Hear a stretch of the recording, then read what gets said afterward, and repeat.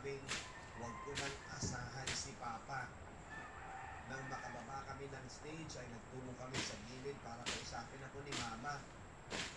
Anak, alam ko na umaasa ka pa rin na dadalaw ang Papa mo. Pero anak, hindi na nangyayari yun. Hindi mo na tayo ng Papa mo. Sumama na siya sa ibang babae kasama ang anak nila. Hindi ako nakasagot noon dahil naniniwala akong tutuparin pa rin niya ang pangako niyang dadalo siya sa isa sa mga pinaka-importanteng parte ng buhay ko. Pero tulad nitong unang pangako niyang napako, nasundan ulit ito sa pangatlong pagkakataon. Hindi totoong nalaglag ang dinadalang sanggol ng babaeng nabuntis ni Papa. Kamakailan ay nalaman ito ni Mama. Palihim na kasustentuhan ito ni Papa, kaya pala may mga araw natin na hindi ito uuwi. Kaya nagtutuloy na ito ng lawyo para dalawin ang kanyang ina. Kaya bakit babae na nila, nalaman kung babae ito ay mas lalong nakadagdag ito ng selo sa puso ko. Naalala ko na ako lang ang prinsesa niya. Ako lang ang paborito niya. Pero ngayon na may bago ng anak ito, ay hindi ko maiwasang makaramdam ng higit. Kaya ba mas pinili niyang hindi dumalo sa aking graduation dahil hindi na ako ang paborito niyang anak. Masama ang loob ko noon sa aking ama. Akala ko ay dito pa rin ito ang pangako ng kakaayos na sila ni Mama. Akala ko ay sapat na ang pag-ibig ni Mama para hindi na ito piliin si Mama sa iba. Pero nagkamali ako. Nagkamali kami.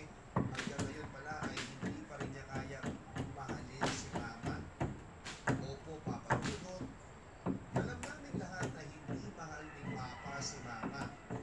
Noong dalagat binata sila ay tanging si Mama ang nagkagusto kay Papa.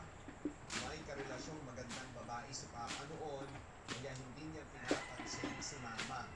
Pero isang gabi, habang sila ay dumalo sa isang birthday party ng isang kaparehas nilang kaibigan, ay may nangyari sa kanila ni Mama. Dala na rin ang labis na kansingan. Dahil dito ay isang nito pinakasal sila ng kanilang mga magulang. Walang nagawa si Papa noon kundi ang pumayag at makipag-iwalay sa kanyang nobya. Ayon sa ating mga kamag-anak ay labis itong dinamdam ng aking ama. Gabi-gabi ay nag-iinom ito bago umuwi ng bahay. Nagbuhay binata ito kahit noon isilang si Kuya Gabi. Lumala pa nga ito ng isinilang ni Mama si Kuya Diandro. Lahat ito ay tiniis ng aking ina dahil sa pagmamahal niya sa aking ama. Halos wala silang makain noon dahil hindi umuwi si Papa.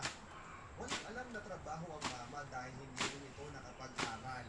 Kaya naman, pag alam niyang hindi umuwi si Papa, ay humihingi ito ng tira-tirang ulam sa aming mga kapitbahay. Bago pa man makahingi ay mamamahin pa nila si Mama.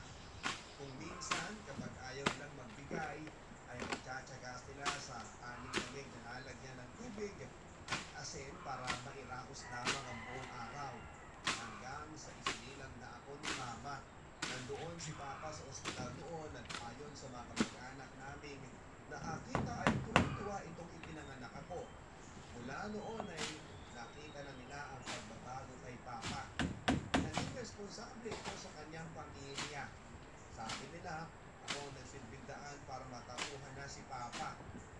Pero bakit ngayon? Wala na ito at nabulaga na sa kanyang ginawang pangangaliwa. Third year high school ako doon nang mabalitaan kong nagbalik na sa Baguio si Papa. Nagsimulan ko magbenta ng mga gulay sa palengke, isang karito na pinirentahan para makabenta. Kasama nito ang kanyang asawa, kahit nalaman kong dito na ito, ay wala pa rin akong balak na kumustahin ito. Sa loob ng 3 taon na wala siya sa aming buhay, ay nasanay na ako. Kapag naalala ko siya ay sama ng loob ang pagkakita sa akin. Nagpupunta ko sa aking pagkakita ng makakasuhang mapasaya si Mama. Nagsimulang magnegosyo ng wagwaga ng aking ina mula noong iniwan kami ni Papa. Naging mabenta ito na naging daan para mabuhay din kami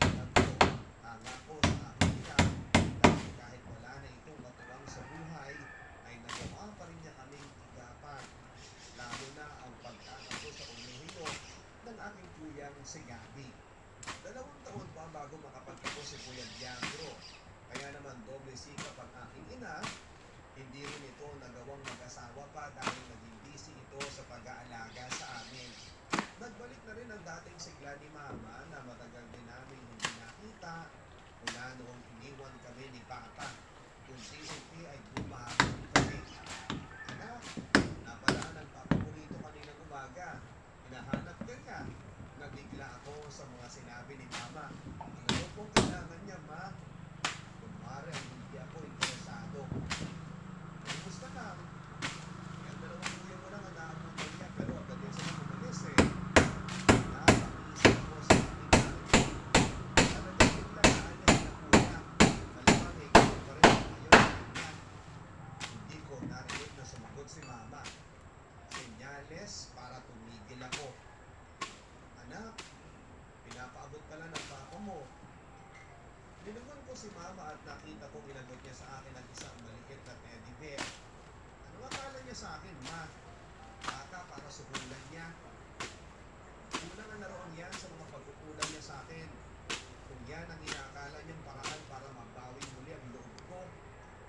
Papasok pa sana ako noon sa aking kwarto nang pigilan ako ni Mama. Marika, anak. Taon ang nakalipas. Diba, hindi mo pa rin nakatawag kami, Ma? Yan ang nangyari. Nakapag-move on na ako. Sana ganun din kayo. Sana ganun ka din. Tumingin ako sa aking ina bago ko binabang muli ang aking paningin. Ibig sabihin yan, Ma. Kaso hindi ko alam kung nararamdaman ko. Sa ating lahat, ako ang umasa ng sobra kay Papa pero binigo niya ako. Sana maintindihan niyo ako.